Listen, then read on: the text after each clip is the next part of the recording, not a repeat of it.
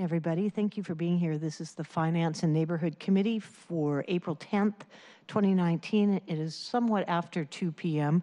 I want to welcome you. We only have one item on today's agenda, and that's Council Bill 119490 regarding a supplemental appropriation for our Waterfront Local Improvement District. So before we get into that, I'm going to ask for public comment. I see we've got one person who is now becoming one of our frequent visitors. David Haynes, thank you. And you have 2 minutes. Thank you. It would be great if the director of the waterfront improvement and the council could pay attention to the details that are supposed to alleviate the oppressive accommodation to the modern wheel. And I'm specifically talking about the metal clanging and banging manhole covers that are like latch doors. They have them specifically right in the middle of the highway lane of traffic that's in the waterfront street now. And whatever set of tires are, if it's a concrete truck, there's 3 separate, like, oppressive PTSD-induced, noise-polluted banging and clangings.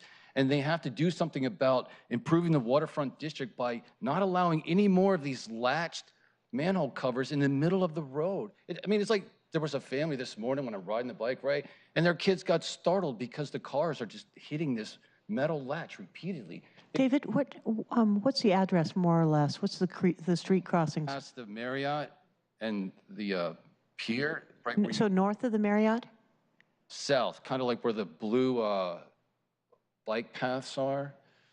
I mean, it really is going off bad. You just got to do something about that. The whole time you develop it, don't allow any more of these metal clanging. There's other places in this city that have these problems, and people are walking along the side of the road. It's just too much for them to deal with. You're expecting a waterfront that's peace and quiet and like 21st century. Let's keep it like that on all the details. You don't have any oppressive reminders of the 20th century's failures to like alleviate. Okay, good. Thank you. Thank you for bringing up the point. Appreciate that.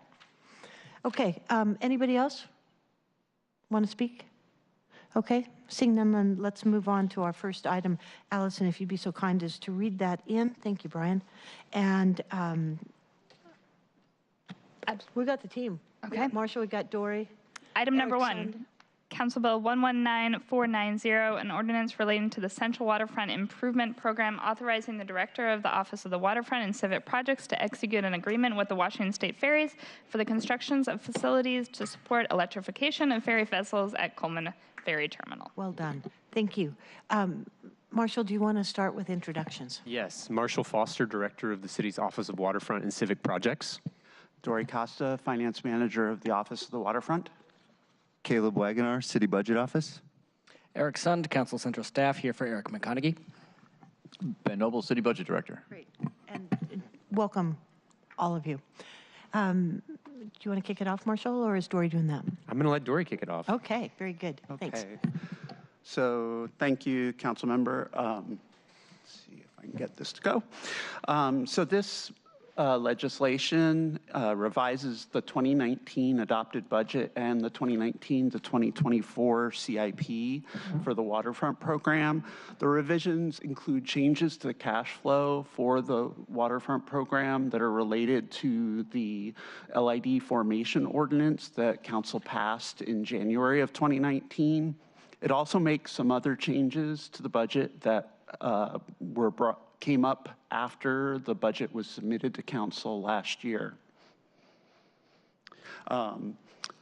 It updates, as I said, the funding plan to be consistent with the LID. It authorizes our office to enter into an agreement with the Washington State Ferries to allow us to construct electrical improvements to support hybrid ferries. It also adds some external funding. The next slide is actually one that we showed to Council during the LID formation. This is the funding changes that were made as part of that formation to cover the revised LID amount. We made a $5 million cost reduction in removing 3 promenade kiosks. We added additional philanthropy. We added some waterfront MPD funds, converting operating to capital for the waterfront park. and we added some additional CPT bonds and some REIT. And this budget actually revision changes the CIP to reflect those decisions that were made. Thank you for bringing that up, and thank you for adding the slide. And I just want to remind folks that the $8 million that comes from our Metropolitan Park District it's not new money taken from any other park. It had been a line item for operating costs for the park and the waterfront, but since things were delayed for a number of reasons, including Bertha and a few others, is that operating money was recaptured and used for capital. So again, no other park in the city is losing any funds for that. Yes, that's correct. Thank you.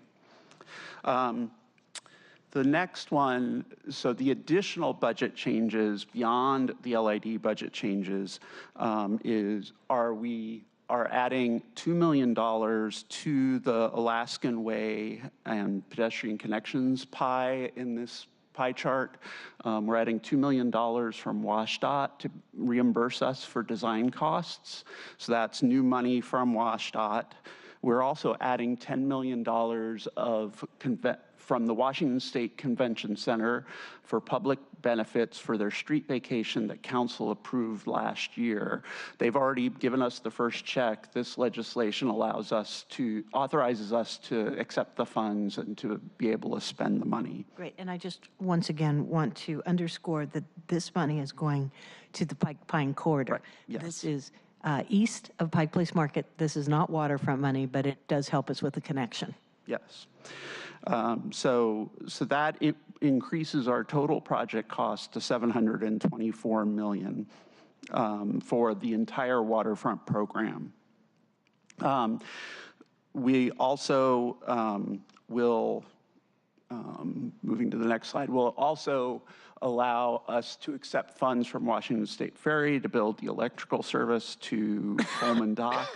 Marshall mentioned that this is a pretty remarkable design change. We decided to reuse an existing sewer line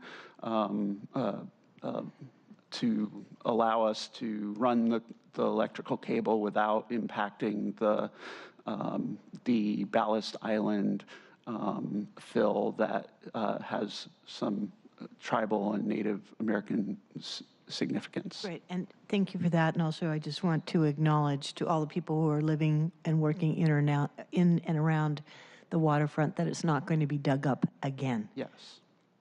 Thank you, and thank you for that creativity and also for protecting the native lands.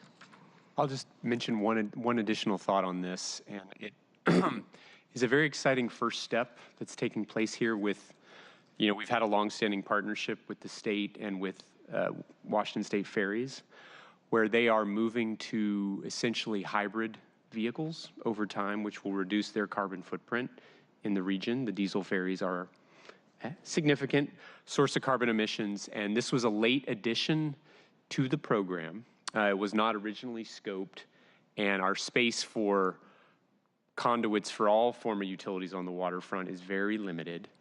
And we're very pleased to be able to make this happen and are able to do so, as Dory said, by using essentially what had been a leftover sewer main. So not an active sewer main, but a leftover sewer main, repurposing that to be able to provide the conduit without impacting any of the other resources in the area. Thank you. And really, that was the last slide. And sorry, Councilmember Harrell. And so if you have any questions, you have the legislation. We'd be glad to answer them. Great. Caleb, do you have anything you want to add? Nope, not Eric? No. Ben? No, we're just on the tables here for questions if you had them. Oh, all right. Thank you. Well, I do want to acknowledge that I had a pre-briefing on this, so I appreciate that you've already answered the questions that I had. And I also want to acknowledge the tremendous amount of work that all of you have done, and then over the last 14 years have also done. But thank you for that. Thank you for bringing us to this point. Council President Harrell, do you have any other questions or thoughts? I know that you're well familiar with all of this too, but if there's no further discussion. Okay, well then I would like to move approval of Council Bill 119490 as presented. Second. Okay, those in favor say aye. Aye. Aye. There's none opposed and nobody abstaining, so this will go forward next Monday for further approval by the full council. Very good. Thank you. Thank you. I believe that this is the only item that we had on today's agenda, so I appreciate your coming. Okay. Thank you for that, and the meeting's adjourned. Thank you.